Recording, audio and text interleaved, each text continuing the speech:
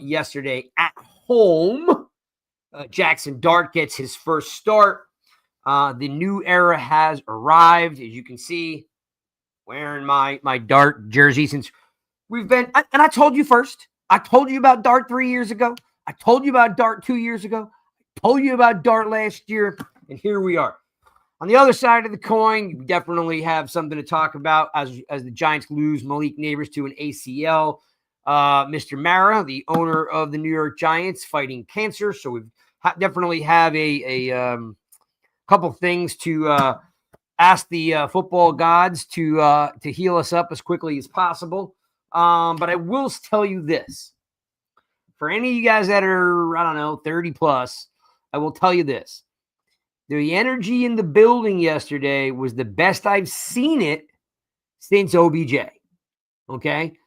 When Beckham was on the team and things were going great those first 4 years, the energy was electric in the stadium. The energy was electric in the stadium yesterday for multi reasons. We're going to get into it. I'm going to bring the guys in. Thanks for hanging out with us. We're here, like I said, every single Monday talking Giants football. And of course, in case you're not aware, starting next week, we'll have Ryan Dunleavy from the Post on hanging out with us every single Monday. So he'll be able to tell us what's going on in the locker room and what's happening right after it happens. So let's bring in these guys. You can't handle the truth. Mike, what's up? How you doing there, King? Yeah, man. King Rush.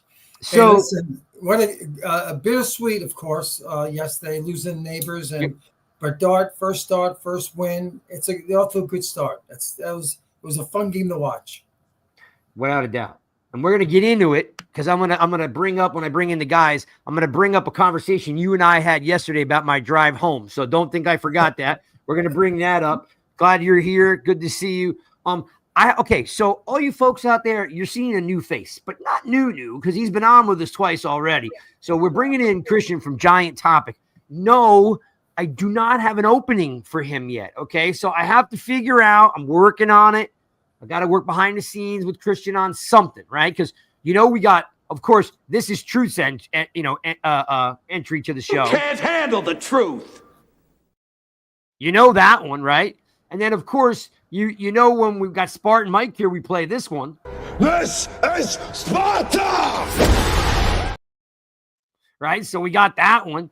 When we get Alex, Alex has had another baby. So Alex is never here. But when Alex is here, let me look for the Alex entry because Alex, this one makes me laugh every time I play it. I just have to find it. So when Alex is here, we play this. After that, shrimping was easy. Don't ask me why. It's a long story. And of course, you know this dude because he's here with me every single week. Miss the fireworks. There won't be any fireworks. And here we go. What's up, dude? Victory Monday. I mean, we haven't been able to say that very often, so It feels good. And there's definitely going to be fireworks tonight, Craig. Absolutely. On a Victory Monday, there's going to be fireworks. You need to help me figure out the opening for Christian because we could ask him, but I don't know if it's any fun if he tells us. We might have to come up with our own. So let's bring in Chris because it's kind of like anticlimactic. I don't have anything to bring him on, but because he's a good sport, there he is. What's up, Christian? Hey, what's going on, fellas? I'm gonna leave it up to you guys. I really can't think of anything on the top of my head, but you got me excited to see what you guys come up with. Oh yeah, we're gonna come up with something good so we can when we bring you on the show. And guys, as I alluded to a minute ago, it is awful good. If that's even a correct term, it's probably not. But we're allowed to say anything we want. So it feels great to win on Monday. Okay. Yes. So Truth says to me yesterday, he's like, Craig, it just dawned on me. You've been driving home. Takes me about 2 hours to get to the game and 2 hours home. And Truth says to me, damn, it just dawned on me. You've been driving home for all these years, pissed off. And I'm like, yeah. So I realized I needed to look into this. How often am I actually pissed off driving home, especially on Thursday nights and Monday nights? I'm a menace on the road because I am driving 90 trying to get home while everybody else is asleep. I am on the Jersey Turnpike, okay, because I have to get off at exit 4. Most of you cats that drive south who think you're in South Jersey or not, you should get off at like exit 7, okay? I am going to read you, gentlemen, this. Please. In 2024, the New York Giants won 1 home game against the Colts in December.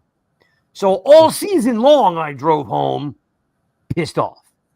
Damn. Right? Yes, 1 home game last year. And then not as bad, but in 2023, they won 4. None in September, 1 in October, and then they had 2 in November, and then 1 in January versus the Eagles at the end of the year. So that's a great way to end it. Yep. So if you look at it, they beat Washington at home, the Pats at home, the Packers at home, and the Eagles at home. So 4 games in 2023, 1 in 2024. So today feels really good because we won early in the season. So let's start off where we always start off, gentlemen, is like with the fun stuff, right? The fun stuff is always starts off with studs and duds. Studs to duds. That's right. So, and if you guys don't know this little game that we play, we do studs and duds. Who's the studs? Who's the duds? A lot of times we agree. Sometimes we don't agree, right?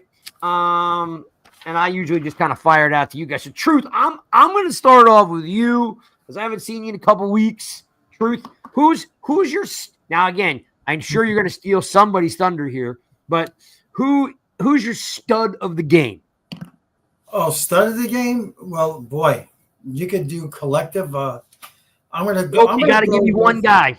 Okay. Yeah, only one. guy. Only Okay. one, because Only the rest of us one. have to pick them.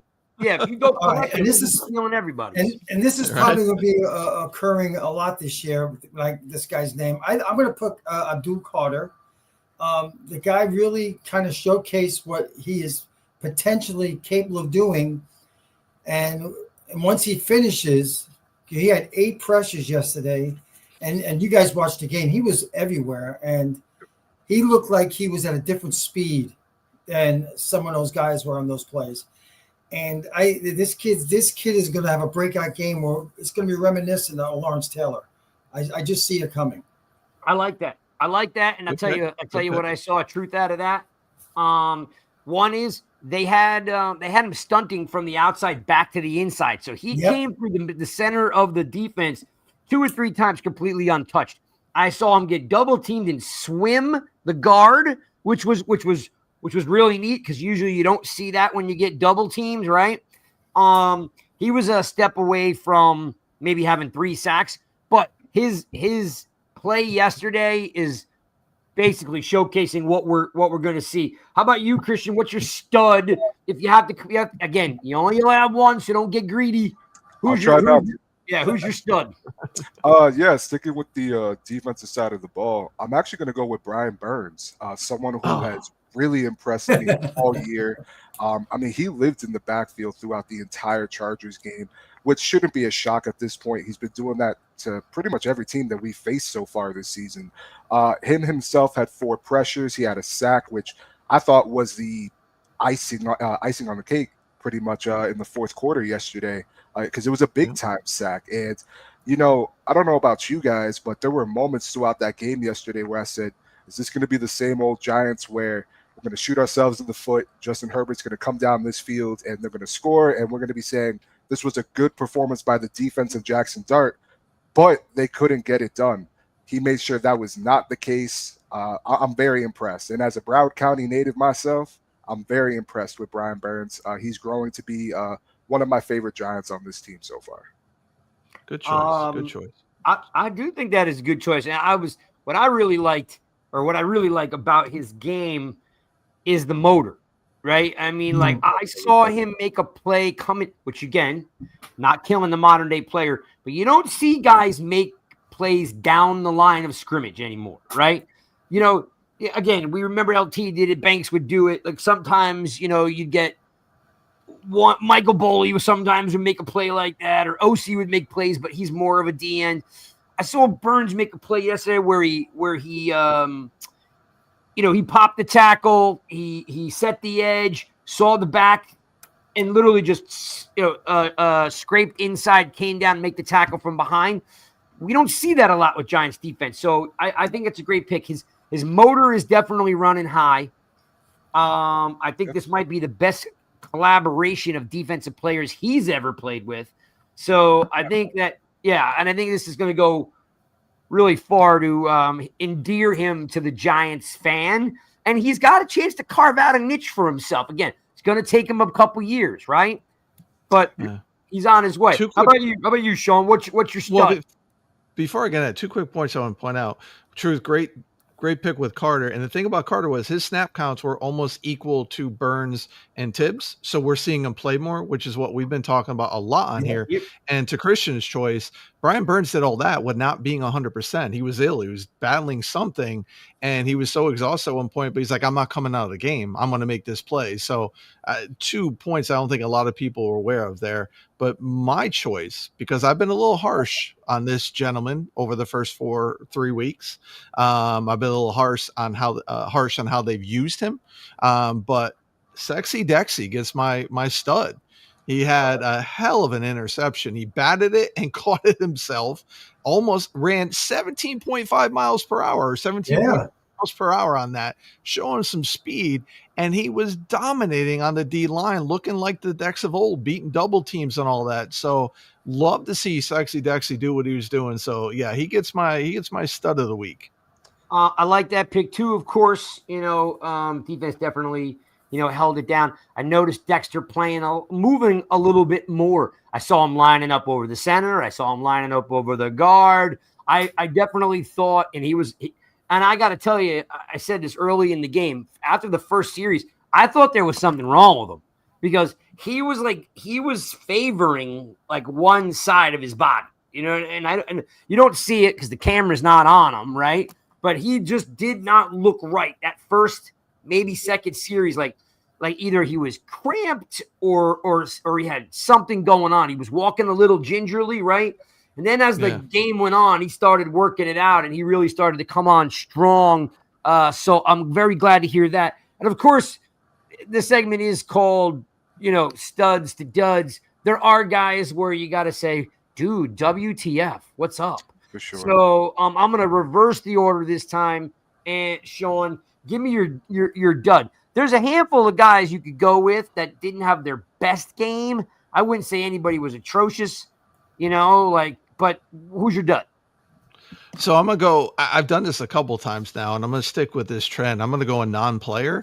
My dud goes to Mike Kafka for his red zone play calling yet again. We should have had a lot more than 21 points. You get down to the 3-yard line, and even with the false start, you still got to score a touchdown there. You wait till 4th down to make that pass, right? The red zone play call made zero sense to me. So yeah, I'm Mike Kafka gets my dud for you got to be better in the red zone. You got to figure out something. You just got to be better. No excuse for that. Okay. Sorry.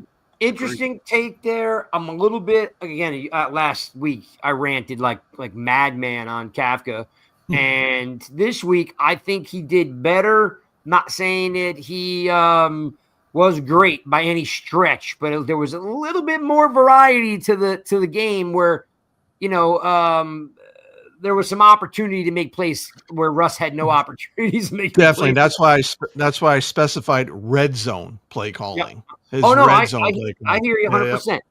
But you hung the placard around his neck that says "dud." So what's up, C-Web? What's up, Gino? Welcome in, buddies. Well, I mean, look, C-Web, I haven't seen you in a couple weeks, maybe even a month or two, man. Where you been? We miss you, bro. Where you been? Let's go. Monday, 7:30. All right, let's keep going down the change. Christian, who's your dud? Who just let you down? Who were you like this? Like, oh my God, dude, give me a break. I was afraid that Sean was going to go with this one. Deontay Banks. I mean, Jesus Lord, man. It just, I don't know if it's his effort on the field. I don't know what exactly is going on with Deontay Banks, but I have reached a point where I don't even want to see him on the field. If you're going to play the way that Deontay Banks has been playing, and it's just reeking of you don't want to be on the field, at that point, just give me Cordell Flott and put him on the outside, I mean, you probably would get the same amount of production if we're being honest here. But at this point, I'm trying not to jump off of the Deontay Banks ship, but he's not making it easy for me to defend him in this case, especially yesterday in a win. He was a player to me that really stuck out. Yeah, and he missed that tackle on Herbert when he had the chance easily to tackle him on that long third down run earlier in the game. Just no excuse for that. So, yeah, good choice, Christian. Yeah, and of course, I'm pretty vocal about a lot of guys. I've eaten crow before, and I'll eat it again. I mean, I pounded. Sean knows. Truth knows.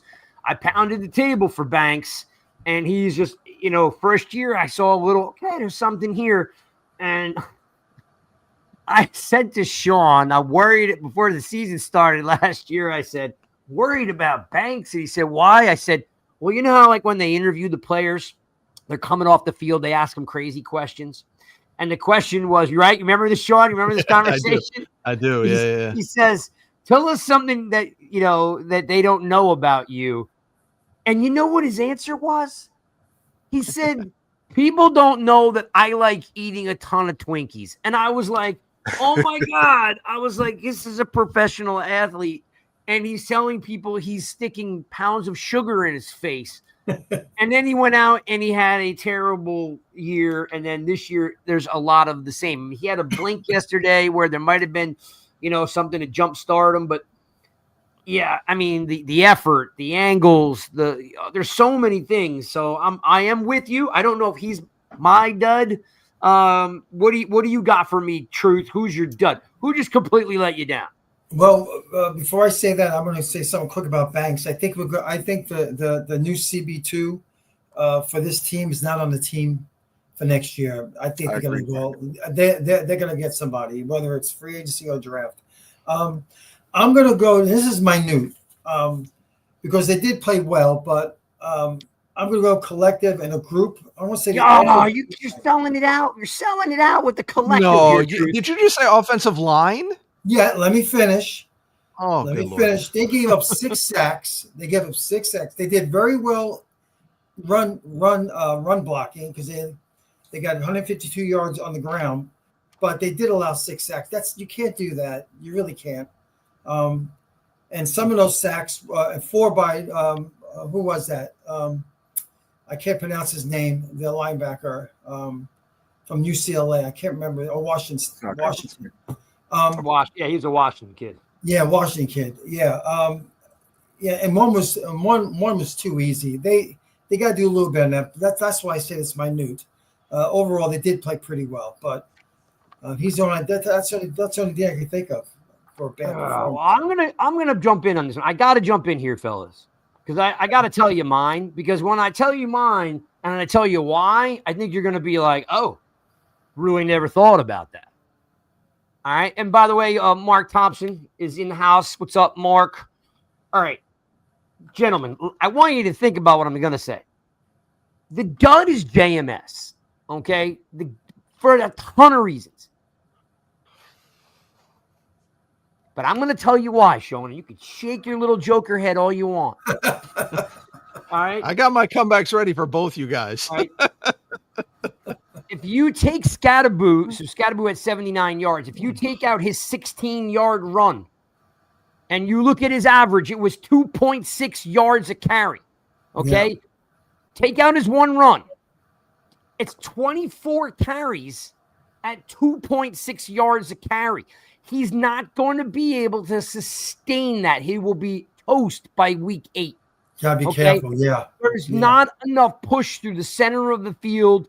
He gets pancaked or he's overmatched on most plays. If the Giants were smart, they'd put an H-back back there, put Bellinger back there, and let Bellinger block for Scatterboo because there's no push from JMS. He's weak. He's not strong. He's the weak link of the they won't even let him pull. They let Runyon pull. They won't even let JMS pull. He doesn't got good footwork.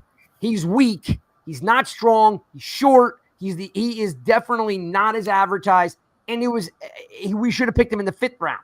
The guy is just not like how you guys feel about Banks. I feel the same way about JMS. He's never had a breakout game. He's never made anybody look bad. He's not the guy. And it doesn't even matter. It was a perfect opportunity for him to show what he could do. Yeah, go ahead. What do you want to say? So a couple of things. First of all, 4 of the 6 sacks were on Jaxson Dart, holding the ball too long, doing the wrong thing. So did you hear me say anything about sacks? No.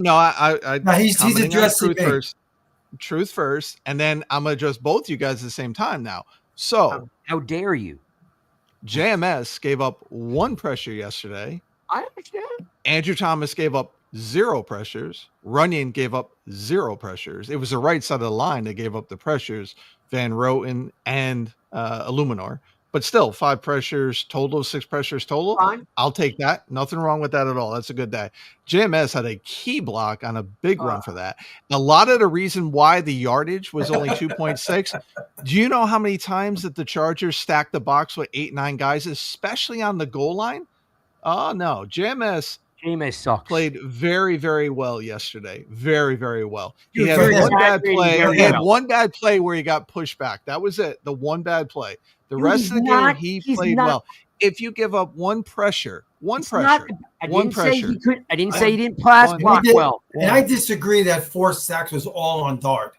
I mean, I don't think it was 4 Well, sacks. they definitely attributed to him. We'll get to that. It was Yeah, a they good definitely show of attribute to him him. holding on to the ball too long for sure. Yeah, But he'll we learn. will get into that in a second. I But it's Victory Monday.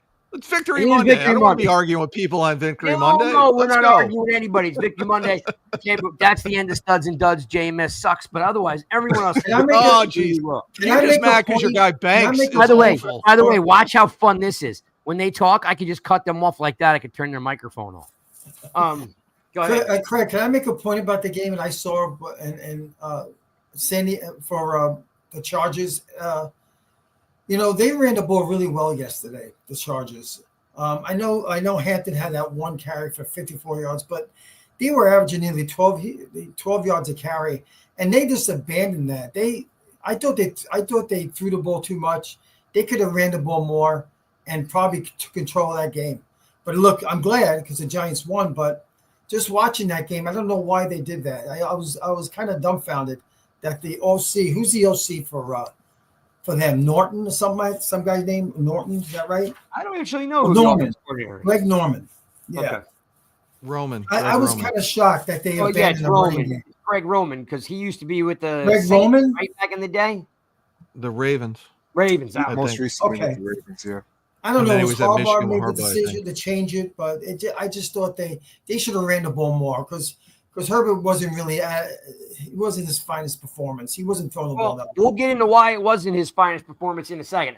I just overall we'll move on from Studs and Duds. The biggest thing for me was you're not if you're starting back to Scadaboo and he's getting 2.6 yards a carry at 24 carries, he won't be around long, regardless of how tough he is. Like they're going to have to figure out, how to get more push up front. His pass blocking was fine, that was it. But let's get back into it, Victory Monday, and talk some more about some really other super cool stuff. Let's get into the stats, boys, right? Because the stats are kind of deceiving, like really good stuff, right? A new era has begun. Jaxson Dart starts the day off, and let me tell you, guys, the building was pumping. Like, I mean, there were people. I showed you. I think I shared it in the group chat. There was a guy walking around with eye black doing the Anakin Skywalker on everybody, right? So the building was pumping.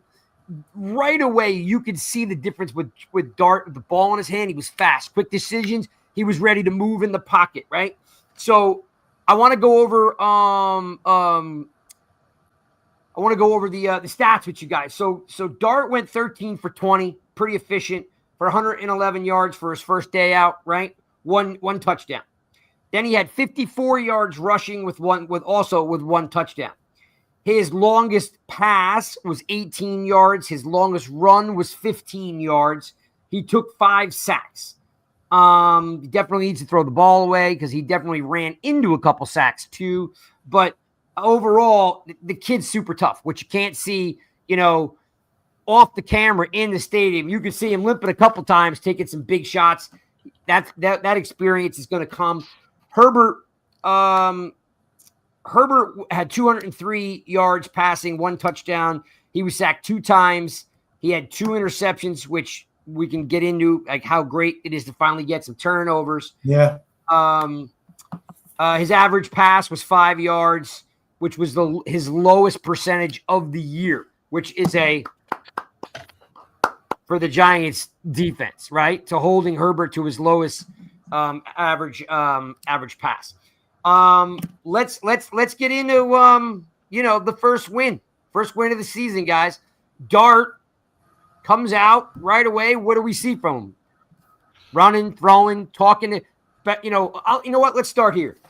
They go right down the field and they score. We haven't seen anything like that in a while.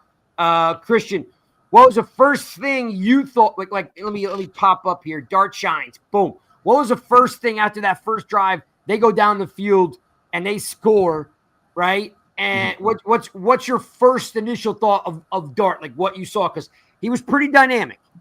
Yeah, he definitely was. And while it's early, I've been pretty vocal saying that whether he won or lost this game, it wasn't going to sway my opinion on him too much. But I liked what I saw. He looked poised in the pocket. He didn't look, uncomfortable. I will say not the only, but one of the biggest things that kind of stood out to me was when something wasn't there, instead of forcing it. Well, actually, no, he did try forcing it to Wandale. Would have wished Theo went for it, but if something wasn't there, he would pick up the plays with his legs, which we weren't going to see that really with Russell Wilson or Jameis Winston. I thought that he added wrinkles to the playbook that Dable and Kafka really wanted to implement, especially early on, and they really couldn't. Now, there were some things that I did not like from Jaxson Dart, but again, this is all early. He's only played 1 game. But like you said, Craig, I thought the fans really fed onto the energy that Jaxson Dart brought. You heard it all throughout the week. About his moxie and, the confidence that he plays. And it really showed. One thing that really stuck out to me was, I believe it was a 3rd down play in the Chargers red zone where it looks like Jaxson Dart is getting stuffed at first and he kind of pops off of that. A nice block by Cam Scatabo, by the way, and he brings it out to the left side and he picks up a 1st down. And you could hear the whole crowd erupt behind him. A play like that will really get a fan base behind you. It'll get a team behind you.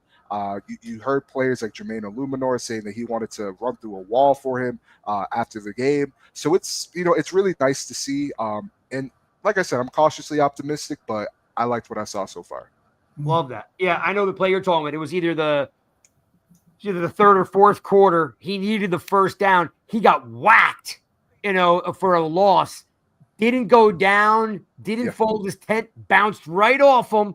Took it left and got the 1st down. That was enormously impressive. But that's later in the game. Sean.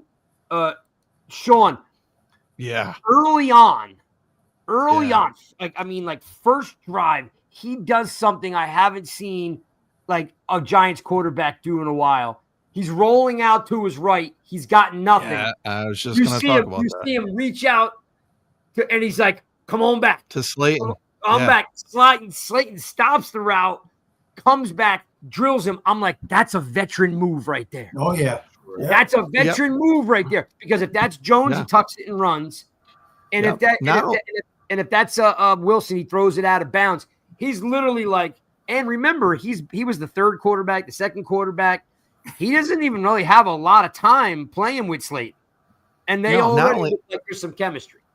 Not only that, the way he was audible at the line, moving things around, like the comfort the presence that he showed at the line to make calls, do what he needed to do. And I'm going to go a little later in the game when you talk about some intangible things that, that 4th quarter, that 1st down they needed later in the game to Theo Johnson over the middle was an improvised play. That's something he saw and said to Dable and to Johnson prior to the game. I don't know if it was like earlier in the day or the night before, is like, if they run this look, don't keep going, turn it back. And that, I guess, extra 1st down would inevitably won us the game. So I love what I saw. And here's the thing. I don't care what his stats said, because let's keep in mind, he lost his number 1 receiver early in the game, right? So how much are you going to do after that? And they didn't adjust with the play calling, not having Malik in there. So I don't care what his stats said. He accounted for 2 touchdowns. I cared that he won. I cared to see what the team did. Offense and defense was absolutely energized by him. And you can see the leadership qualities there. Yes, it's early. I agree. But you see things that are definitely good out there. Now, we got to see. I know we're going to talk about it later. But again, he did all of this without having Malik Nabers for 3/4 of the game, right? Yeah. So let's be I'm context sorry. here. No, I say context here. Like, let's not look at his stats. That's what he was doing things. He opened up, like Christian said, he opened up the playbook more. That RPO is going to be a big weapon for them. So, yeah. And I'm looking at C-Web's comment. Here's what's different, right? Daniel Jones, as a rookie, threw for 24 touchdowns, but they were just throwing touchdowns. This kid had a different style to him, right? So the first thing is, got everybody fired up. The stands, the sidelines, the defense, right? They're all rallying around this young dude that, is just bringing a lot of energy. He's got, think about it. Him and Carter have the whole Star Wars thing going. Like, they're having fun. But then you start breaking down like, okay, I've never seen Jones do some of the things that Dart did yesterday. He threw the ball sidearm to pick up a first down. Like, literally leaned over underneath the DN and slung it sidearm. Jones didn't do that, right? The play to Theo, they already said that Jones went to Dable and said they were changing that up. It's all over. It's all over, Giants, that was an improvised play, that they were, going to run that a little bit differently than had planned. You saw him stiff arm a dude, which I don't condone. I don't condone it. Not with his throwing arm. I love it. Dude ripped off, me and Sean went at it earlier today, peacefully, of course. But the guy was like, stiff arming a cornerback on the 5-yard line going, get off me. Like, there's a different vibe to the dude. We need to keep him healthy. He ran into a couple sacks because he held the ball too long. I'm not cleansing him of not making mistakes. But you know what he also did that I, again, have never seen Jones do, or Russell? He stepped out of 3 or 4 sacks. Like, literally nowhere to go, and slid up and then slid back or some nice throws. Or verticaled out. Like, he wasn't stuck to moving up. Like, one thing Jones never did well was he never moved up in the pocket. Yeah, pocket presence. Yeah, never moved up. I saw Dart move up and then back. I saw him move sideways and around. Like, he's comfortable. And this is what I want you guys to hear me very loud and clear. What's the difference between him and Jones? And I know, C-Web, you're going to know what I'm saying. He's comfortable with people around his feet and people around him. Jones would take sacks because he was uncomfortable with guys around him. Now, again, he had a pretty shitty line. But I'm just saying that Dart thinks he can make a play, and he's looking for pockets to slide into to get the arm free to make the pass. You just didn't see that, right? You didn't see that out of Jones. Soon as Wilson came in, the energy left the building. Listen, and this isn't directed at C-Web because he's my guy too, but can we stop talking about Daniel Jones? Like, why is he still coming up? We don't. Well, in his defense, he didn't say. No, it's not directed at C-Web. It's other Giants fans doing it too, and it's just annoying. Like, let's move on from talking about Daniel Jones now. To the point of him still being a rookie, one of those sacks was on him because he slid protection to the left instead of protection to the right. And that's why he got sacked. Guy came off the edge and he wasn't looking at. Now, whether that was him or whether whoever on the line was making the call, that's something you got to do. There were some things, a couple things here and there. So, yes, we understand it's tempered excitement, but there is, and a number of people have said this. And yes, it's game one. A number of professional people have said he just has that it factor. And for those that know, they know what we're talking about, or they know what people are talking about when you said he has that it factor. And he definitely has that it factor. Now we got to see him progress and see how his play does on the field. But that's what you want out of a quarterback. You want that it factor. Yeah. And again, he's making different types of plays. Like Christian brought up, he got whacked for a 4-yard loss, bounced off it and got a first down, right? He had a block for Scatterboo. He's sliding up and down in the pocket. He's calling for Slayton to come back so he could throw him the ball. Like, he's super comfortable, with the offense as a rookie, he looked. If I told you he'd been the starter for day one, you'd say, yeah, that's what he looks like. Like, he made rookie mistakes, but I have told you guys from the beginning, and I don't know if this is what you're alluding to, Mark Thompson, is he's not a finished product. No, he's not. Right? He's not I mean, yeah, when he came from Ole Miss, No. I'll ask Sean, what was the first thing I said that when you guys were kind of catching on to him, and what was the first thing I told you? Yeah, it was about his footwork, and he's not a finished product. And you could see some of that yesterday. Some of the things with footwork, where some of his throws were off. I think his hammy was bothering him a little bit too, so that impacted some things as well. But again, we don't need to be judging him this harsh when he didn't have a full playbook to be able to take advantage of defense. And we know how good that Chargers defense is. Yes. And he led us to a win. He led us to a win. Say what you want to say about his stats, but he led us to victory. Him and Scatabo led us. Yeah. Yes. Yeah. Forget can't judge him that harshly. The kid was tough as nails yesterday. Exactly. And the team rallies around him. Yep. And he's doing things. He's in that, like, he didn't meet with Daboll for 10 hours, but he was in the Giants facility for 10 hours. He's watching film. He's calling Daboll late at night saying, hey, I'm worried about red zone offense. And turns out he was right. Still, let's fix it, right? So those are the things that you want to see from your quarterback. And he's a rookie doing this. So there's things to be encouraged about. We understand. We don't know what else is going to happen after this, but there are things you can be encouraged about for sure. We're not saying he's the next, great Hall of Fame quarterback. We're saying there are things that he has that we're excited about, and he led us to a victory yesterday. So can we just enjoy the victory? Like, there shouldn't be any sad, depressed Giants fans right now. Everybody should be happy. Yeah, we got a victory against an undefeated, really good team.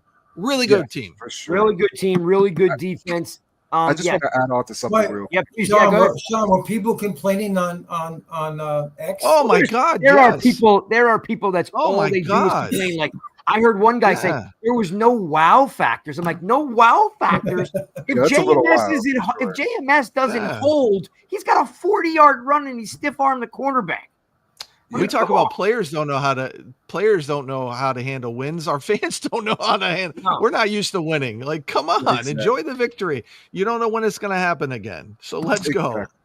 No, I mean, and the only thing that I want to say, something that we did see, not to bring him up again, but something that we did see with Jones that I don't want to see with Jaxson Dart, when we saw him favoring his left hamstring and then obviously him potentially hurting his wrist doing the stiff arm, as great as it is seeing him take the contact hits, I would prefer him not to, and another thing too, like, we need someone to save Jaxson Dart from himself. He did dive yesterday, though. There was a play he did dive. For sure. And he'll learn. It's only his first game. But I do think with Jones that was a problem where, I mean, I remember against the Cardinals, I think it was his first or second year, he was playing on like his hamstring. I know it was severely injured. And he shouldn't have played that game, but the Giants had no choice and they played him in that game. It was a rainy game. We don't really need that with Jaxson Dart. I would prefer if he can protect himself, if he could slide a little bit better. Gruden spoke about that too. But he'll learn. That's my only negative with him. Yeah, man. He's, like I said, he's not a finished product. He's not a finished product. Yep. He's going to get better. Here's the thing. Can we get a sound effect? Yeah. Can we get a sound effect for this? Can we get a slap sound effect? You don't agree with Christian? No, he said the name that I don't want to be said anymore. He said it multiple times. Give it Hey, we're gonna put somebody in charge of getting a slap sound effect on here. Yeah, I only got this one. Still my guy though, Christian. You're still my guy. No, you're good. No worries. Can I just throw icing on the cake from everything you guys said? Is it good icing or bad icing? Good icing. All right, bring the good icing. No, we've all played competitive sports, right? It depends on what level. It doesn't matter. But when you see a guy, especially you talk about football, and your quarterback is giving you that kind of effort, it makes you want to play for him. It makes you want to bust your chops and bust your hump to play for him. And there were a couple of times that I was getting chills watching Dart on some plays because I could feel how that must have felt on a football field, what the players are feeling with him. I can imagine him running back in the huddle screaming, come on, let's get this. I was just getting excited. Truth, the You whole redeemed yourself defense- from your dud there, Truth. Way to go, man. Yeah. Well, Truth, when he took that hit for a loss and then bounced off it, the whole defense on the sideline were like standing up. They were like, Oh, that's you gotta love it. You gotta love that. Yeah, the defensive guys love to see a guy like, because he looked like he was taking a loss. Bang, he stopped, keep going, shook him, dove out for the first down. There was a bunch of the D tackles all standing on a sideline, pumping their fists. So it's good to be a Giants fan right now. Yep. As far as the quarterback's concerned, we're going to get into some of the other things that are kind of hanging heavy over us. Let's get into the pass rush, because the pass rush is something that I wanted to ask you guys about. I'm calling it the RPR from now on. I'm going to, so if it winds up in PFF or something, it's relentless pass rush. What we've been talking about is why not just go out there and blitz the crap out of somebody? Let's blitz like it was the 2000 Ravens, 86 Bears, or 85 Bears, 86 Giants. I know we're not none of those teams, but we got 4 guys that can really get after it. I want to ask you guys, is it sustainable? Can we continue to go after quarterbacks this way because we're pretty deep, or, again, I know we have to change the game plan. Sean, I really was happy with Tibbs. He cooled off a little bit in the second half, but I was really happy to see him playing at what feels like another level. There is a contract coming up. Some guys play better in that contract year, but do you think that relentless pass rush is something that Bowen's going to continue with? You're on mute, buddy. Yeah, I think so. Because the guys are buying into it. They're talking about how it can be. And here's something why I think that too. And it was Ryan Dunleavy reported this, which is another thing you can get when he's joining our show every Monday, little tidbits like this.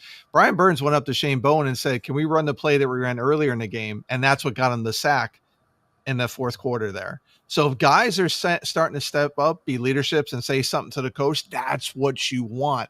That's how you know you have a team. It can't all just be on the coaches. The players have to see stuff out there and go back to the coaches, right? So I love it. I think he'll believe in it. I think they'll get after it. And even if they're not blitzing a lot, they're even getting pressure. Like even if you're bringing 4 guys, but you're bringing them from different varieties, that works. And so the biggest thing for me, how many times, Craig, have I talked about in this show the last couple of weeks, is you got to play Abdul Carter more, and those guys got to be on the field at the same time. Carter, Burns, and Tibbs have to be on the field at the same time. They almost had, I said it earlier, they almost had identical snap counts, and that's what you want.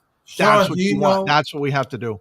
Sean, do you know how many times they played together those 4 guys? Do you know? I don't know. I don't know that, but watching the game, they were on the field together a lot. I don't remember too many times when they weren't on together. If anybody knows, let us know. I like to know that. And here's the other thing why I think they can keep it up. My guy, who I said in the preseason, and Truth, you might have been on this show for this, but I said Darius Alexander would be starting by week 3. He started week 4 and he played really, really well. And if he can do what he's doing, that is going to help the rest of that pass rush and getting after the quarterback. And when Golston comes back off the injury, that's some more depth they have there. But at this point, get wins. Guys will play through being tired. I don't care. Rotations don't matter. And I think Bowen's finally seeing that. I hope, anyway. Yeah, you got to have depth to let your other guys just blitz and do a lot of blitz. You need other guys to make plays. If it fails, Christian, yeah, Mark brought up a good point, because they lined Tibbs up at DN, which is something that I've been saying for a while he could do, and he actually did pretty well there. So not all the time though. He can't play there all the time. No, well, I'm just saying they lined him up. He did well. Here's the bigger picture for me. What's super interesting, Christian, is Musau is not as good as McFadden. But look at the difference that he makes. So Musau comes back from injury. He's wearing the brace, right? Now Carter doesn't have to play inside. Last week when Carter played inside, he kind of he has a nice game, But the game, Christian, that Carter had yesterday compared to the Kansas City game was because of the position change.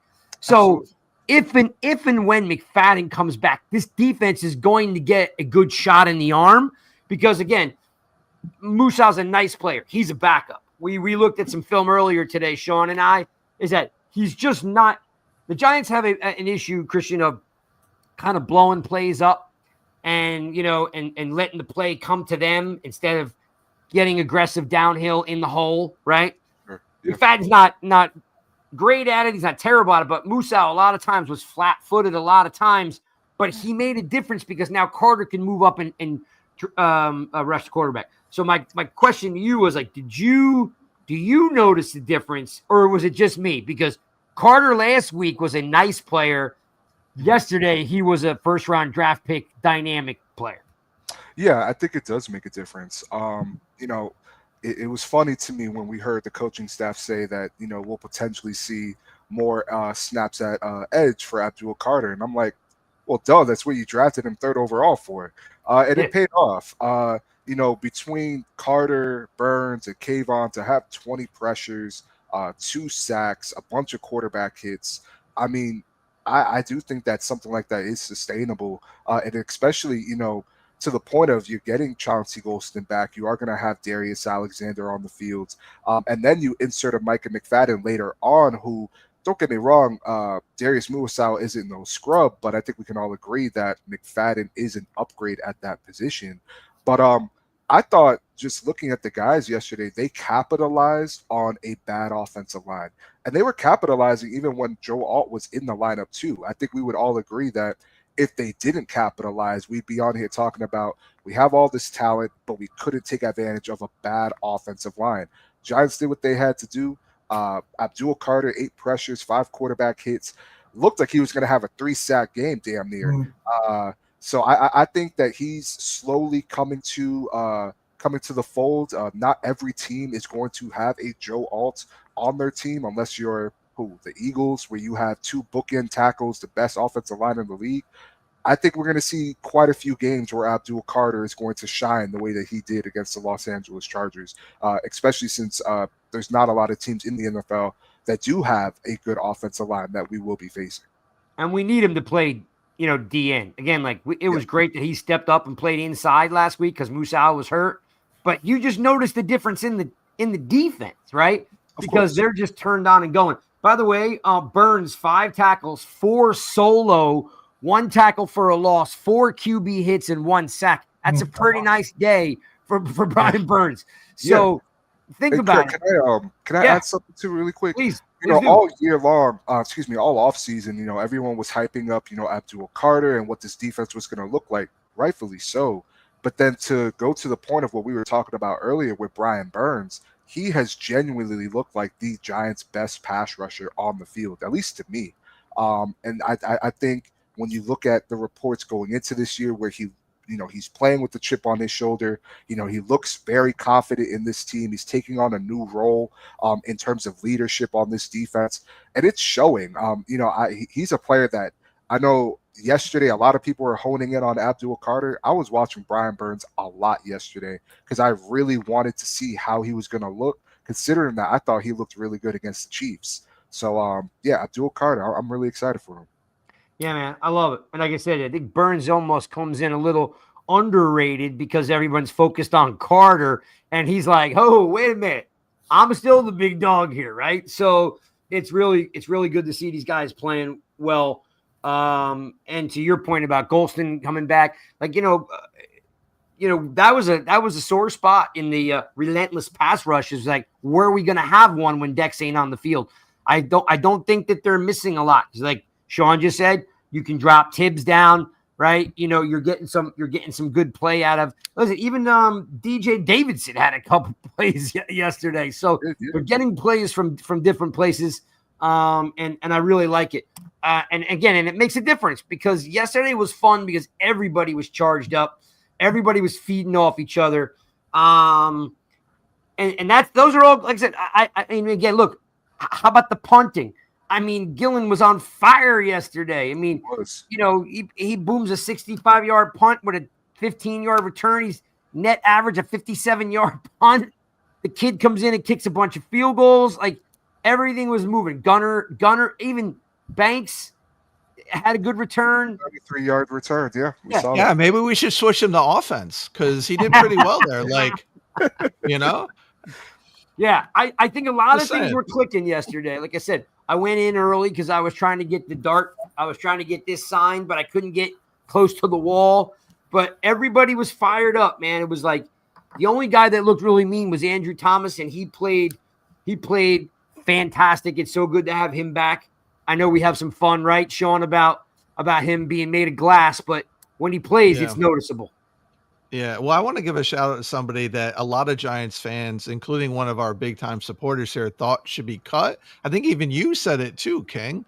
But Chris Manhertz down at our own goal line is blocking the 300-pound D tackle and making room for our running back out, and makes a hell of a special teams play. So this is why Manhertz is on the roster, because he can block like nobody's business and helped a lot in yesterday's win. So it goes unheralded. It doesn't show up in the stats, but that's why you have a guy like Chris Manhertz on the roster.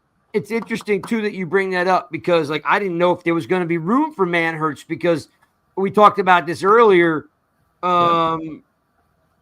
about how Gronk and Hernandez minus the murder, were this duo, and like Bellinger comes in, makes a great play, and then he never sees the field again, right? They put him in as an H-back. Like, I think maybe as the season goes on, you could run a lot more two tight ends, because we already know Theo's a 50-50 guy. He's either going to drop it, fumble it, or catch it, right?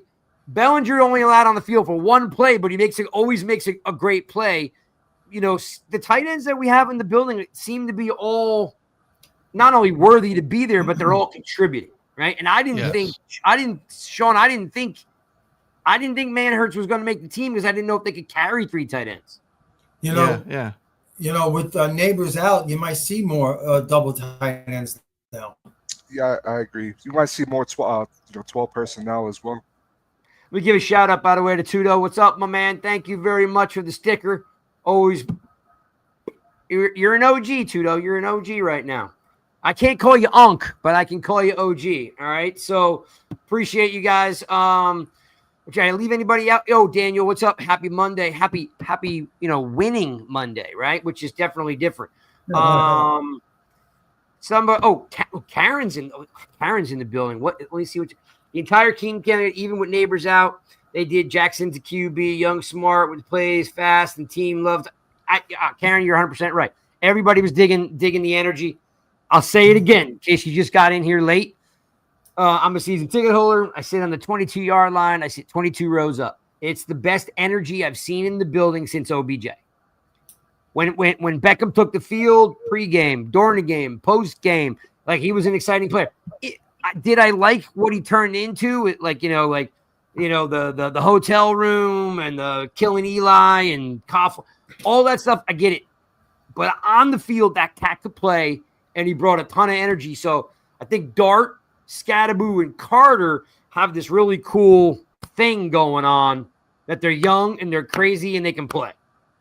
Psychos. Love it. Give me more psychos. Yeah. Yeah. So those are all really good things. So thanks for the comment, Karen. Appreciate you hanging out with us. Welcome to the Rush family. Bang. In case you guys don't know, every Monday we're here at 7:30. Starting next week, Ryan Dunleavy from the New York Post will be hanging out with us every single week, talking Giants football. We'll get some real good scoops, right? Like what they said in the locker room, what's going on during the week. So Ryan's going to be hanging out with us. If you're not following Ryan Dunleavy, make sure you follow him. He's been writing for the Post forever, covering the Giants. And he usually comes on once a year, but we talked him into coming on every week. So we're hopefully you guys will help us grow the show and come hang out, see what Ryan has to say every Monday. Let me ask you guys before we move into the next topic is, hang on, let me go through my list here. We got to kind of cover the Nabers thing. So, all right, let's start off with this. Long pass, underthrown. Nabers tries to come back for it. What you don't see, now everybody knows, but what you don't see is it wasn't the landing. It was prior to the landing is when the knee popped. Everybody was hoping for a sprain or something, but it is torn, and Malik Nabers will miss the season. That's a huge blow for the Giants. It's a huge blow for a young quarterback. It's a big morale kind of buster, I guess, so to speak. They're gonna rally around a couple guys, right? Truth. When you watch the game, like did you was it like oh no, not again? Yes. I'll be quick. Not again. Not again. We all know the history of the New York Giants with injuries.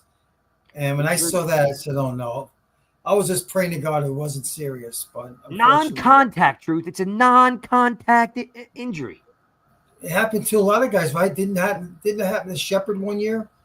Wan'Dale Robinson non-contact. I don't. Maybe Shepard too. Shepard too. Yep, Shepard, OBJ, McKeithen, Wan'Dale. Yeah, it's a very long list. This Nick Bosa. It's a very long list of players, even outside the Giants. Yep. Yeah. So, Christian, it happens, and then you're like, oh man, like it's over. We can't win this game. Dart rallies, make sure that Slayton's involved and he's spreading the ball around, right? Yep. Theo, Bellinger, Slayton. Again, he only had 111 yards, but we're trying to pound the rock, make smart plays. But Nabers out changes the playbook, Christian. What? Without getting into the bigger topic, which we're going to get to in a second, like, can we play or can we play? Or actually, let me go back. What did you think when you saw it happen? I held my breath. I won't lie, and I'm gonna try to not be dramatic about the situation. But once he was on the ground, and the camera pans to a different angle, and you see him screaming in agony, dude, it was, it felt like OBJ all over again. Where you have a player who is elite at what he does and really gives life to not just this offense but to this fan base. And whenever you see a player go down, especially when it's non-contact, you're always going to think the worst. And then I thought to myself right after the cart came out, how is this offense going to look? Because we've seen how this offense looks when we don't have a Malik Nabers, right? And Darius Slayton is forced to be your wide receiver one. Wan'Dale, your two. It looked like, they tried getting Hyatt involved to some capacity. We saw some Bo Collins. But maybe it's just me, and I'd love to hear what you guys have to say. I don't know if they'll be able to win a lot of games with their current roster at the wide receiver position. I know that there's been some fans that have said, bringing in OBJ, bringing in or trading DJ Moore. I feel a little conflicted on that one, but I really am curious to see how this offense is going to look. Because like you said, Craig, it is a big thing to this offense. It's a big hit. It would be to any offense, right? And, the schedule isn't very favorable going forward in terms of after the Saints game. And we're going to need as much help as we can on the offensive side of the ball. So I really don't know what Joe Shane's going to do. All right, well, this is where we can mix it up because this is a what we like to call a little bit of the King's Court Joker Justice segment.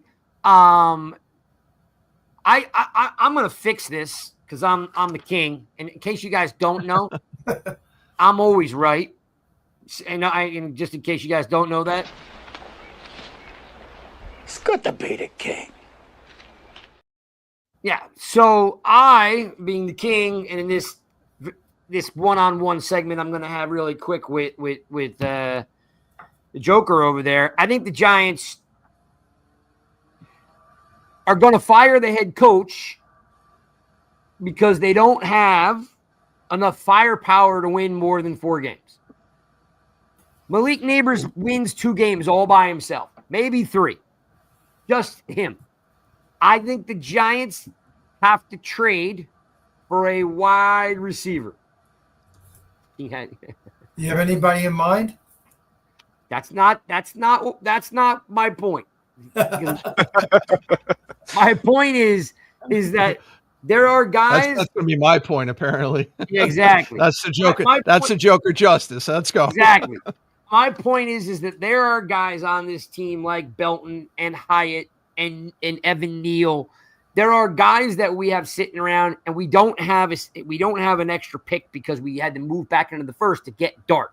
So we don't have that big plethora of picks next year. But if Dable wants to stay on this team, Sean, and win 6, because I don't know if Mara's keeping them with 4 wins.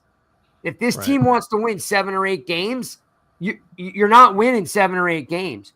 You were not winning 7 or 8 games with Slayton and Wandale. So, Joker, as I am the king and I am always right, but I'm going to let you have your say as the for your justice here. I think the Giants should trade for a receiver, even if they bring in like another 1A guy like Slayton. But they're not winning enough games to save Dable's job if they don't do something. If they go get some scrap heats, it won't matter. Yeah. So and it pains me to say that I'm going to agree with you here to an extent because I was already thinking this. But before I get into my point, let me say this. This is where Joker justice is going to come in. We have the same record as the Baltimore Ravens. Are the Baltimore Ravens giving up on the season? Are their fans giving up the season, saying we can't make the playoffs, we can't do anything? Yes, I know we got Flowers. I think they did, and whatever. It doesn't matter who they lose, but this is why. Let me finish, and I'll get to my point of saying this. Dallas tied. Dallas only has 1 win on the season. Washington lost yesterday. Yes, we got Philly twice. We still have a shot to make the playoffs. You cannot, just because we're 1-3, say we can't make a trade because we're 1-3. We can't give up assets. Draft picks are not gold. I've said this the entire time I've been part of the Rush family. The Los Angeles Rams went 6 years in a row without a first-round draft pick.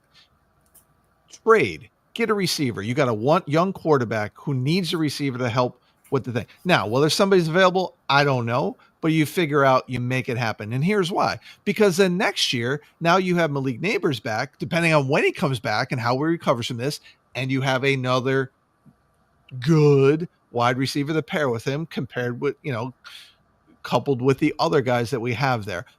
I don't want to hear the takes of we're 1-3. We can't give away picks. We got wait and draft a receiver in the draft. The season is now.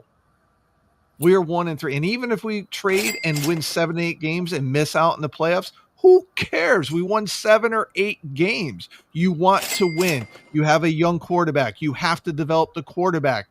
You just can't do it. So before I even knew you were going to ask this question, I was thinking it yesterday, and I said it to some of my boys out there, go out and make a trade. If you got to give up a first rounder, if you got to give up a second rounder, and it's for a very good wide receiver, then you go do it.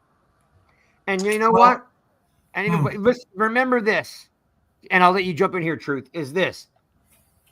I don't know what they can do. I don't know what leverage they have. I don't know. None of us know. But we also know that there are guys on this team that don't hold a whole lot of value, like a guy like that you're not going to win games with Hyatt or Neal. Like some of these guys can be part of the package. Absolutely. I mean, we're healthy scratching dudes. You can trade Jalen Hyatt and maybe he'll get a fresh start somewhere else if it gives you a proven receiver. There's coaches and GMs who want a guy that they think they can develop and he needs a fresh start. The talent's there, the speed's there. We've seen it happen a number of times. And let's not say, well, there's nobody you can trade for, because you know what? How many people thought the Kansas City Chiefs were going to trade Tyreek Hill? How many people? I know there was rumors maybe about AJ Brown, but did we really think the Philadelphia Eagles? Yeah, did we think the Eagles were going to trade for AJ Brown? No, we did not. So you don't know who's available until you throw something out there. Yeah, I get that point. I mean, for me, it's just more of, and I want Truth to speak too. I just want to say this real quick. I guess where my conflict is just who is the player that is being traded for and what are we giving up. The first I'm a little hesitant on, but I do agree with you, Craig. Sean, that these picks are not gold. But like I said, for me, it just depends on who that player is that you would be trading for, because we don't have a second round pick, right? From when we had traded up. Third. You don't have a third round pick. Oh, we don't have a third. Okay, excuse me. I thought it was a second. So you got to keep that in mind too. But yeah, it's just who and what.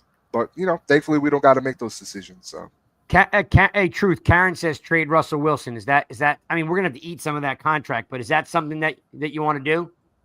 Well, I mean, if they're not going to play him, and someone comes calling, hint Bengals, why not? Why not? You got Winston sitting behind him. You're committing yourself to Dart. Why not? Yep. Good point. Someone wants him. And by the way, I love the point, Cold. Listen, and I thought Hodgins would have been good to bring in and in camp and let him compete, kind of a thing, because he knew the offense. Like to Sean's point, bringing in Hodgins or Gabe Davis is not winning you 7-8 games. Like you need to actually find a guy that can play ball. I don't care if it's a Band-Aid, but it's got to be a big enough Band-Aid that the guy can make the team for 2 or 3 years. Not just catch a couple. I don't think there's anybody on the trading market, a wide receiver that's going to make a difference and give you 7-8 wins this year. I don't see.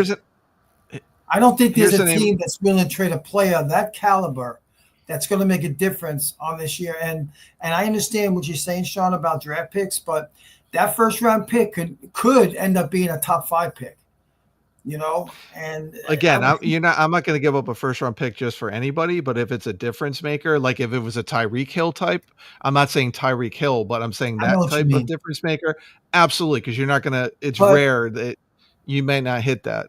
You brought up you use the example of the Rams. The Rams were just a quarterback away. They had a very loaded roster, and getting Stafford, that was the icing on the cake. And they won the Super Bowl that year. They made the trade.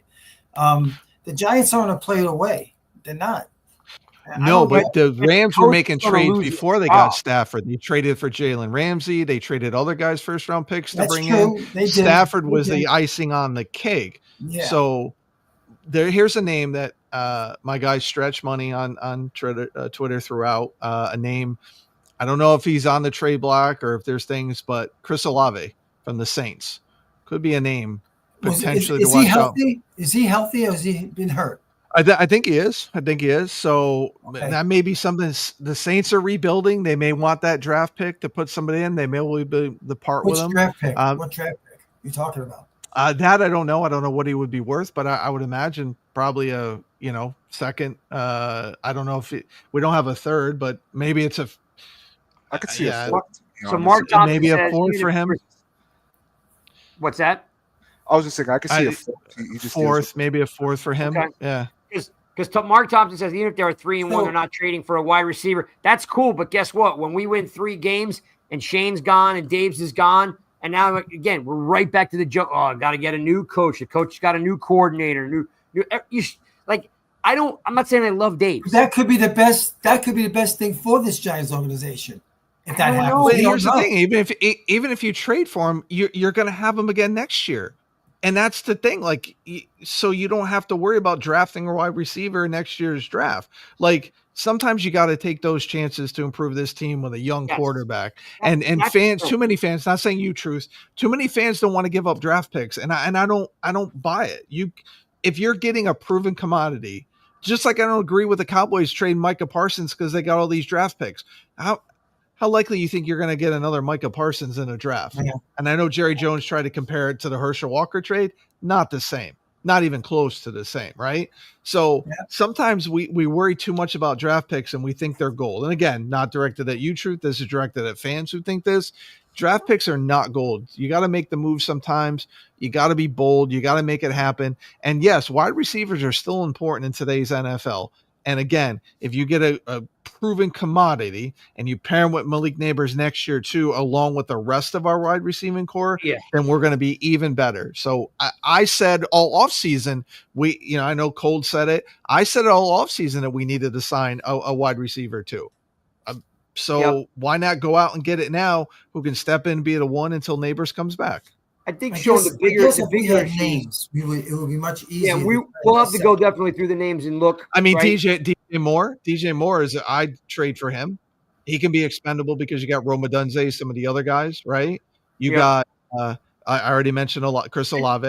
And maybe there's a guy out there that's not happy that we don't know about, right? You got like Shane's got to make the calls. The bigger issue is, do we want to do a new coach, a new GM, a new offense coordinator, a new defense? Because that's what happens. Like, do we want to have another losing season when we think, you know what, we can get momentum going here? Let's not start all over.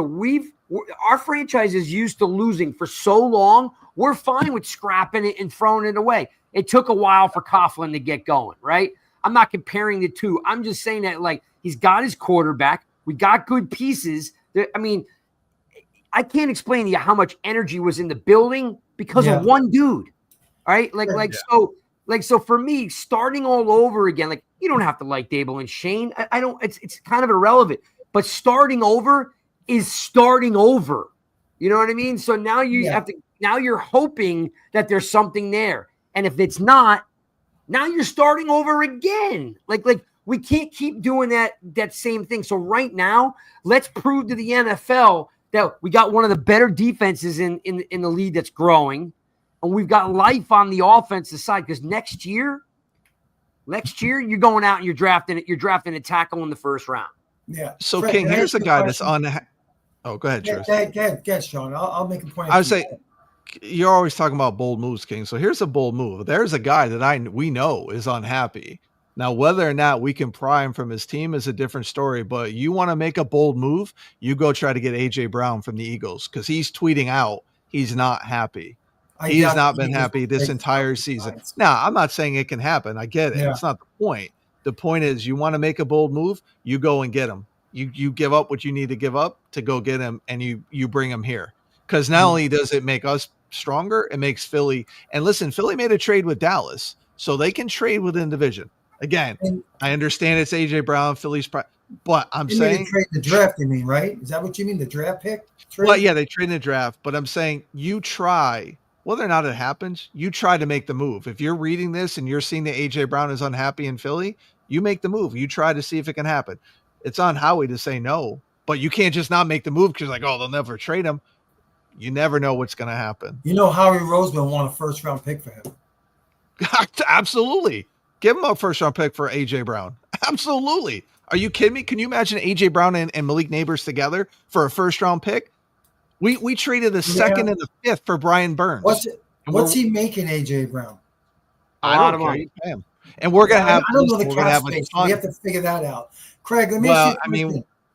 Craig, are you confident that the Giants, that the Mara would fire Dable if he only won 3 to 4 games? Yes. Even though they know they rushed Dart sooner than what they projected in game 4. I don't know if that's. Well, I respect that truth. I don't know if there's any rush. There was no timetable. Who knew when he was going to be ready? They just knew that Russ couldn't get it done.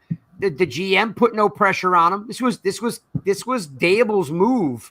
He's the one that put Dart in. So I don't think the owner didn't put no pressure on him. The GM didn't put any pressure on him. Dable said, I'm making the call and I'm putting my kid in because of how much I believe in him, right? But if they win 4 games, they're going to scrap the whole thing. Now you got a kid with a new offense coordinator and a new coach, and we're starting all over.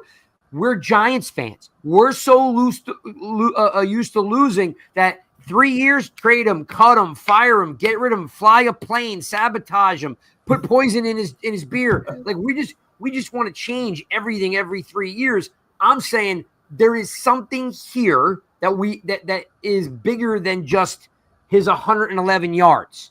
Like Mark Thompson says, let's see what we have. It's a now league. How long are we going to wait? What did he? This is kind of something that, Sean, to your point about the fan base, this is what kills me. What he did in the game yesterday is not measurable by stats. Yeah. Okay. What he did yesterday was he broke the team down after the win. He was talking to Slayton. He was hitting Malik Nabers. He's leading a block. He's bouncing off linebackers for first downs. He's got something that we have not had.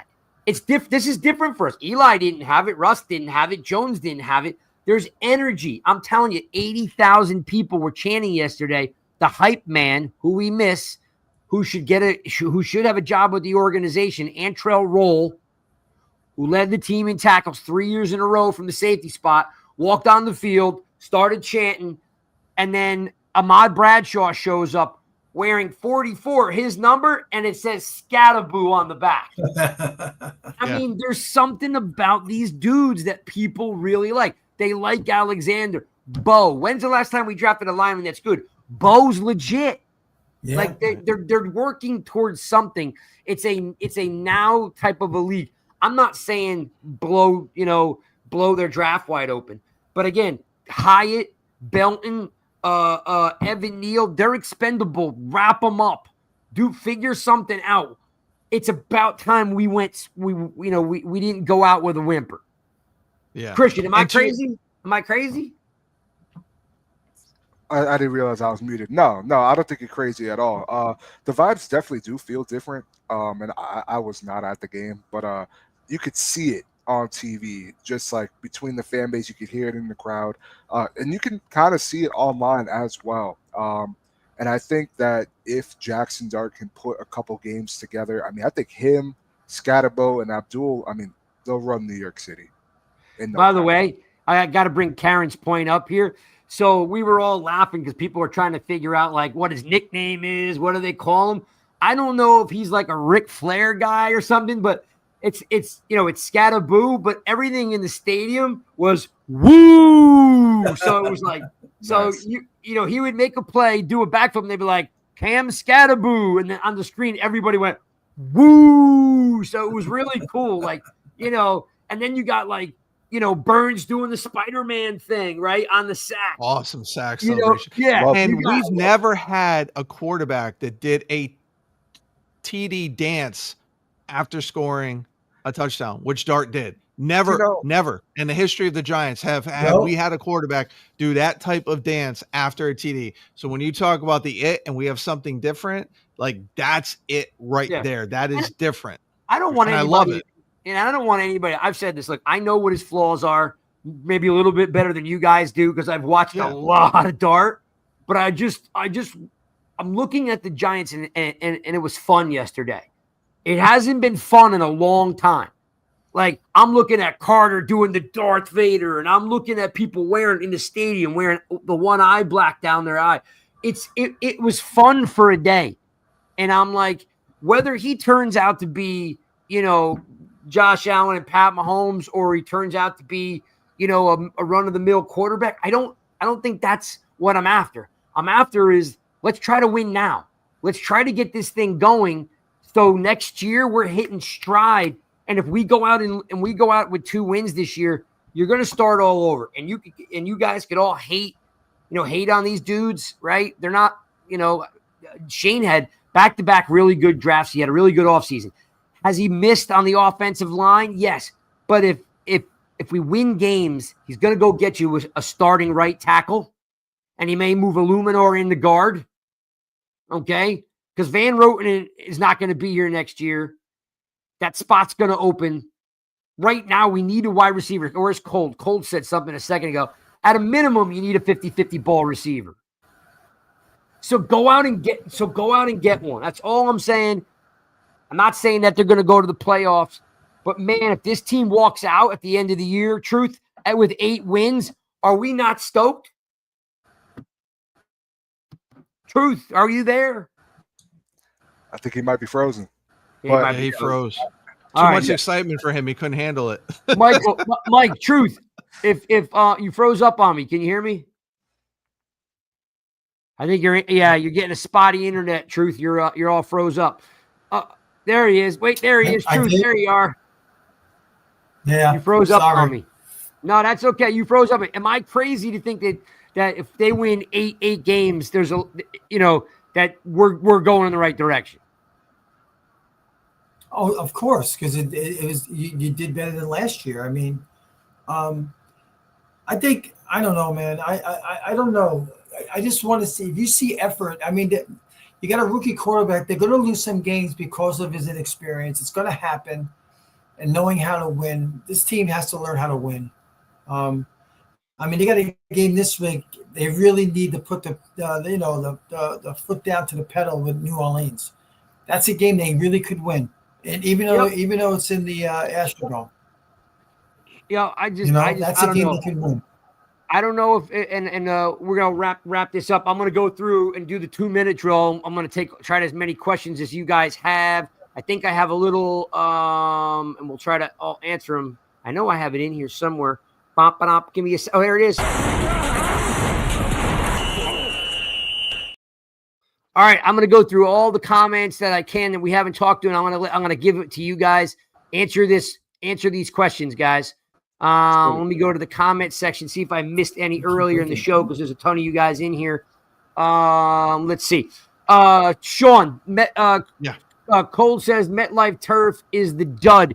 The New York Giants changed the turf 2 years ago. So all these people talking about people getting hurt on the turf, Sean, is not accurate because it's new turf. Yes, neighbors got hurt on it, but they got hurt on the old turf. Is the turf the issue? Do they need to go to grass?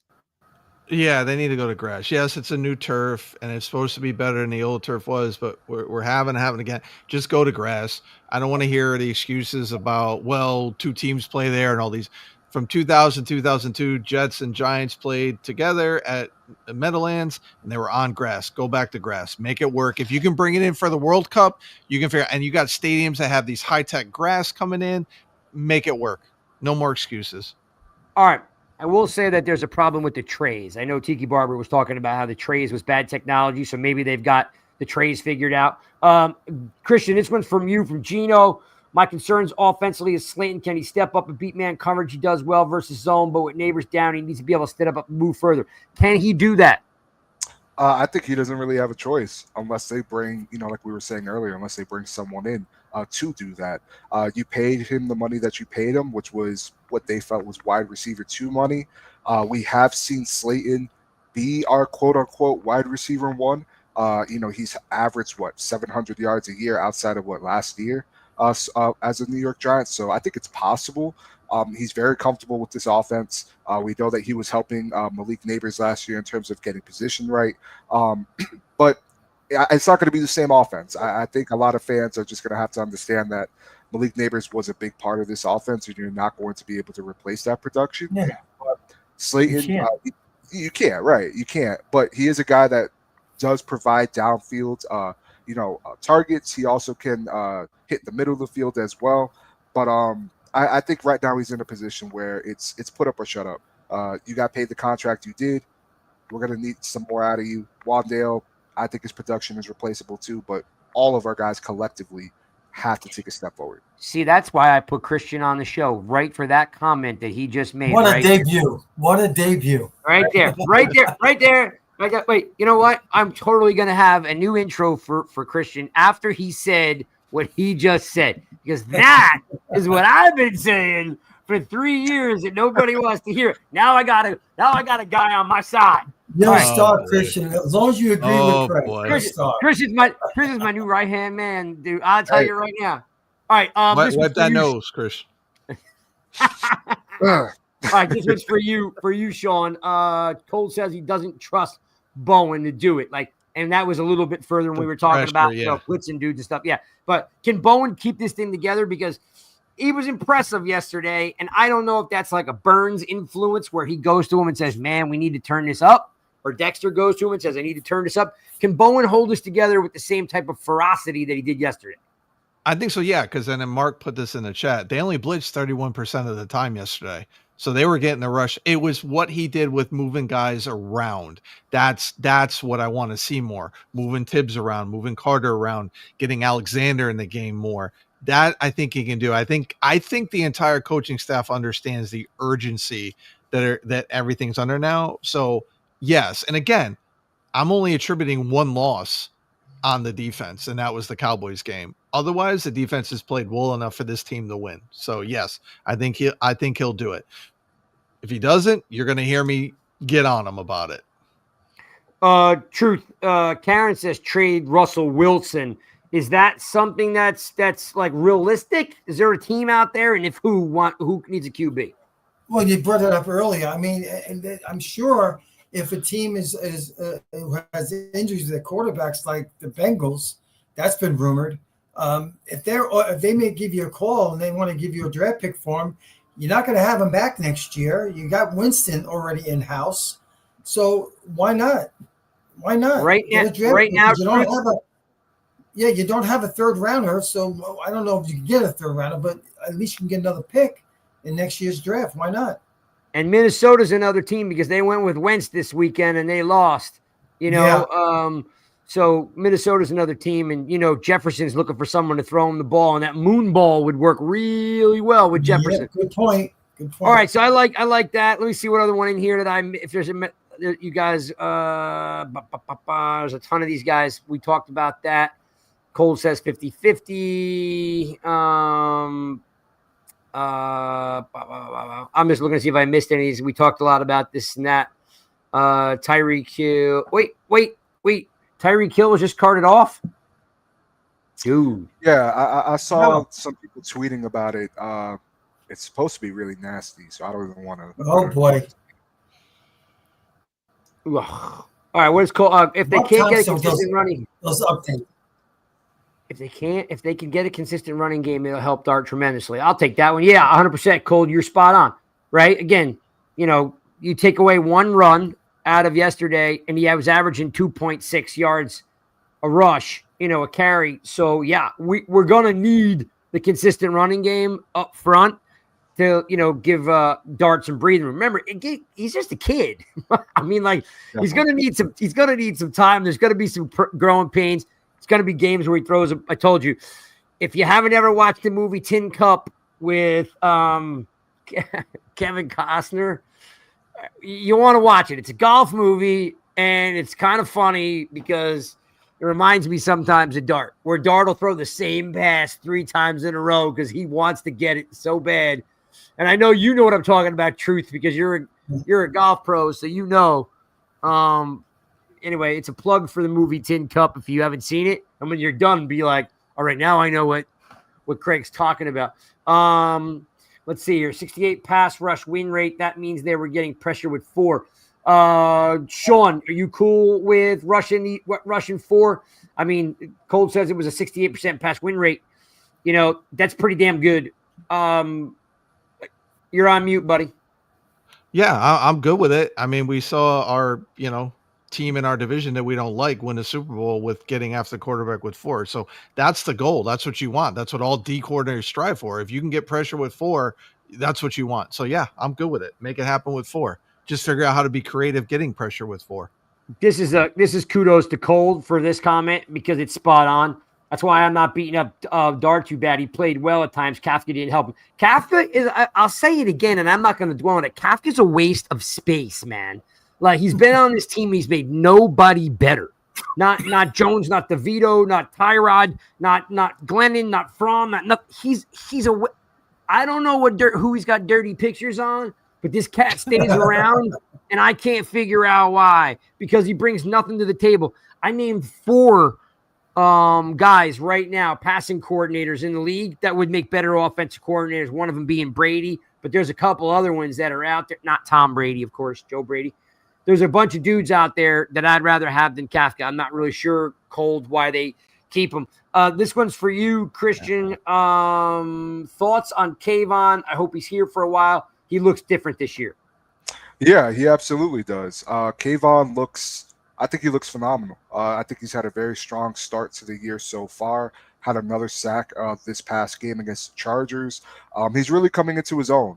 I feel like it only took drafting Abdul Carter to do so, but we know that he was doing some tackling techniques in the offseason to improve in that aspect, and he's really banking on himself. I know a lot of people mentioned the fact that he does have one more year on his contract as they picked up the 5th-year option, but I always go back to that, and I say there's not really a lot of players that tend to play on that 5th-year contract, especially if he has a strong season. I don't think he would take the field playing on that 5th-year contract. I think he would look to get extended.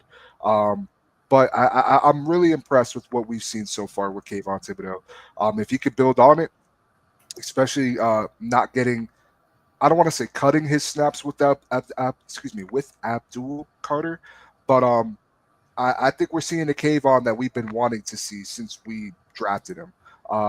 I think he's coming into his own. Love it. And Pay the man. Pay the man. Pay the man. Yeah. Him, Yeah. Carter, and him, Carter, and Burns, pay the man. Yep. I'm the first one to tell you, like, I haven't really been a Kayvon fan. I did see a lot of that off-season workout that Christian was just referring to. He's doing a lot of jujitsu. He's doing a lot of mat work, Wrestling, where, yeah. playing low, lowering his pads, using his hands. And I honestly, I'm flat out telling you, I noticed the difference. He's playing lower. He's getting underneath. He's shedding, and he's sliding. Because to me, he was a one-trick pony. He can only really rush the quarterback by coming across your face on the inside. And Sean and I disagree on a regular basis. I don't think he sets not prior to this year. I didn't think he set the edge very well. I don't think he had a motor to come down the end of the line and make plays. I thought he gave up on tackles a lot, but he's got talent just oozing all over the place. Drafting Carter definitely lit a fire under him, but I also think the training that he chose has given him a little bit more of I don't know what you want to call it, a tool in the toolbox. Yeah, is this his option year? Is this his no, picked up this his is option his this year, year. or is it next year? So this is his fourth year. His option year is next year, which they picked up. But to your point, Craig, I think this year he is setting the edge a lot better. I thought last year he looked improved, but this year I think he's playing the run really well. He looks stronger at the point of attack as well. Yep. He looks a little bit quicker. And I think with teams having to focus in on Dexter Lawrence, who, if you guys are in this stream, you guys have probably seen. If not, we had Paul Dottino on here who said that Dexter Lawrence was going to need like a month to come back to Dexter Lawrence shape. So teams are going to have to hone in on Dexter Lawrence. They're going to have to hone in on Brian Burns for sure. Same with Abdul. He should be winning his matchups, Kayvon Thibodeau. And I think he's doing a solid job. I really do. I like this point from Cold, and then we're gonna wrap it up. I see a toughness in Kayvon that I didn't see before. Like, he looks really good at the point of attack. He used to kind of, to me, he'd be right about to ready to lose the point of attack, and then he would either swim across your face because he can win that matchup, or he would get buried outside, right? And he would just be a stalemate. He's now setting the edge, as you just mentioned. He's got a little bit more bend going on, and he's lowering his pad level a lot, and he's winning the one-on-one matchup on the outside. But now he's starting to get rid of those cats, and he's starting to be able to make plays on the inside. So I'm happy with him, because I got to tell you, I didn't want him back, but I just noticed a difference in him right away, all the way around. So, guys, next week, I hope you guys show up loud and proud. We're going to be here with Dunleavy every week. He's going to bring in some insight for us. I mean, the Giants are playing in New Orleans. They definitely going to need that win, right, to get continue to going for that 500 mark. We definitely, prayers up for Mr. Mara. Sounds like he's been fighting for a little bit, so hope he's on the way. The turf thing, Tiki Barber said today that if they had new technology, the grass is the way to go, but the trays that he played on were truth. You remember those trays they used to play on? They used to bring the turf in on trays, and then they used to have to set it with those big picks. That kind of turf would just create seams, and it kind of gives. I don't know what the new technology is, but I will tell you this. In the 2011 Super Bowl, and the Giants played in, Arizona? Or was that 2000? No, that was Indy. Okay. Indy was 2011. 2007, and they played Arizona. They actually had the grass rolled in and out on one big tray. They actually rolled, if I could say, if this was the stadium, they rolled the entire tray out into the grass, into the sun, and they rolled the whole tray in. Literally, the whole floor is one piece. Wow. So, yeah. It was really cool, fascinating actually. I would have to think it would have to be something like that, because the rub is, for you folks that are just think they're cheap and stuff like that, they're not. There's 7 or 8 teams that use the turf that the Giants have. Actually, the Saints might be one of those teams. I think like Minnesota, the Saints. I think Jacksonville, the Giants, the Jets. I'm drawing a blank. A couple other ones. The information is available to you. their biggest rub is that they have so many events in Giant Stadium that if you put grass down, it would ruin it. So, and it's a revenue stream they're not willing to give up on. So, like I said, if they had a tray that could roll out into a side parking lot, they'd be able to roll it back in for game day. So, yeah, I'm all for it. Cold says, wait, Cold, you live in Arizona? I've passed by and seen it out in the sun a few times. Let me put this up here. Boom. That's correct. The Cardinals roll their grass in and out. Cold, you're in Arizona? Cold's not in Arizona, is he? Maybe he has some. He is. Wait, did you know he was in Arizona? Yeah. I apologize, Cold. I did not remember that you were an Arizona guy. Yeah, all right. So Cold knows better than anybody, right? They roll out the turf, so maybe the Giants can look into something like that. I don't know what Jerry Jones uses. I've been to the AT&T Stadium here a few times, and it's a nice turf. If it is turf, it looks very nice. I can't even lie. And they do a lot of events there at the AT&T Stadium.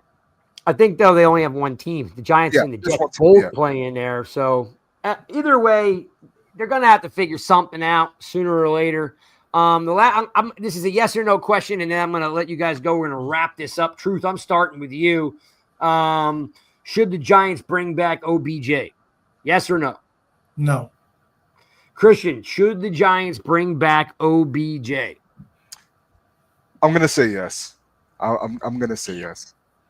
Sean, should the Giants bring back OBJ? As much as it pains me to say this, I'm going to say no. I'm going to Sean, ask me the question. Craig, would you bring back OBJ, yes or no? Hell no. I respect it. I respect it. Hell no. I was sad when he left. I was mad when he left. I don't want that near any of my guys right now. They have their own vibe. Carter's a leader. Burns is a leader. Dart's a leader. Scadabo's a leader. You know what I mean? Like I don't think we need that. We need. I don't think he has much left either. And he doesn't have much left either. And by the way, I could be wrong. You go look it up. Odell Beckham Jr. did not tear his ACL on the Giant Stadium MetLife turf. He tore it in the when he was with the Browns his first year against the Bengals. So I could be wrong, but I am 99% sure. All you folks that keep saying OBJ, he did not tear his ACL as a Giant on the MetLife field. He did it as a Brown playing the Bengals in, 2020.